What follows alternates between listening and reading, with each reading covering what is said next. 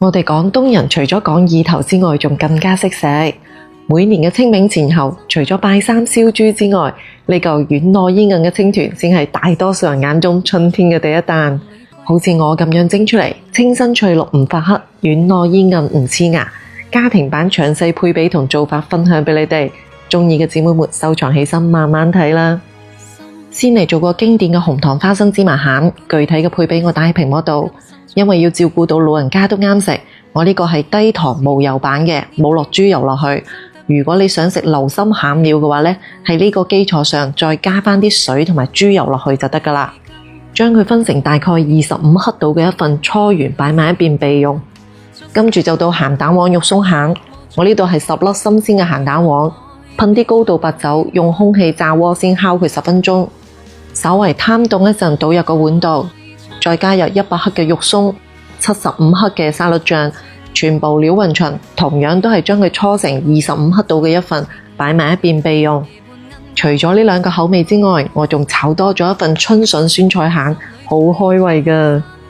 跟住到皮嘅部分，我呢度係100克新鮮嘅艾葉，去晒管，淨係留返啲葉㗎喇。煲到燒滾水之後呢，放入1匙羹嘅小蘇打，倒入啲艾葉落去，飛一飛水。大概都係分零鐘嘅啫，跟住攞返出嚟過凍水，反覆多沖洗幾次，去咗啲臭青同苦澀味，捻返乾啲水分。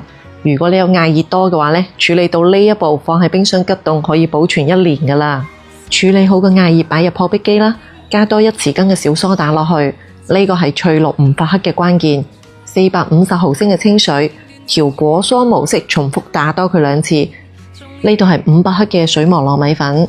倒入430毫升嘅艾草泥，因為每個牌子嘅糯米粉吸水性都會有啲唔同㗎。艾草泥你唔好一次過倒晒落去，留返啲攞嚟走盞。加返80克嘅白砂糖啦，40毫升嘅粟米油，戴手套將佢搓成團。如果齋用糯米粉嘅話呢，佢蒸出嚟比較容易扁塌，食起身都比較黐牙㗎。所以我一般都會用澄麵，又叫小麥澱粉，開多一嚿熟嘅粉團。具體嘅配比我打喺屏幕度。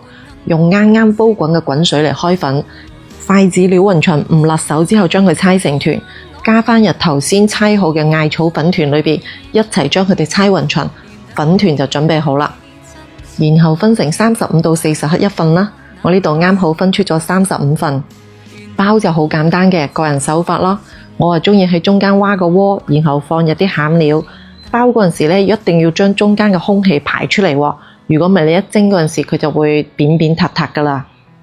唔同嘅餡料表面可以做下記號。水滾上鑊，我呢個蒸箱蒸咗8分鐘。如果你用鑊嚟蒸，皮又唔係咁厚嘅話，水滾上鑊開始計時，5分鐘到就得㗎喇。時間蒸得太長，佢又會扁晒㗎喇。表面簡單咁掃一層薄油啦，你睇下咁樣蒸出嚟嘅青團幾靚。趁佢溫熱嘅時候，包上保鮮膜，將佢擰緊擰實。咁樣處理過啊，真係放佢2、3日都唔會變硬㗎喇。非常之濃郁嘅艾草清新，包裹住自己鍾意食嘅唔同餡料，真係好正㗎。講得咁詳細都睇到呢度咯，點個讚鼓勵下，嚟都嚟試下啦。評論區等你嚟交功課。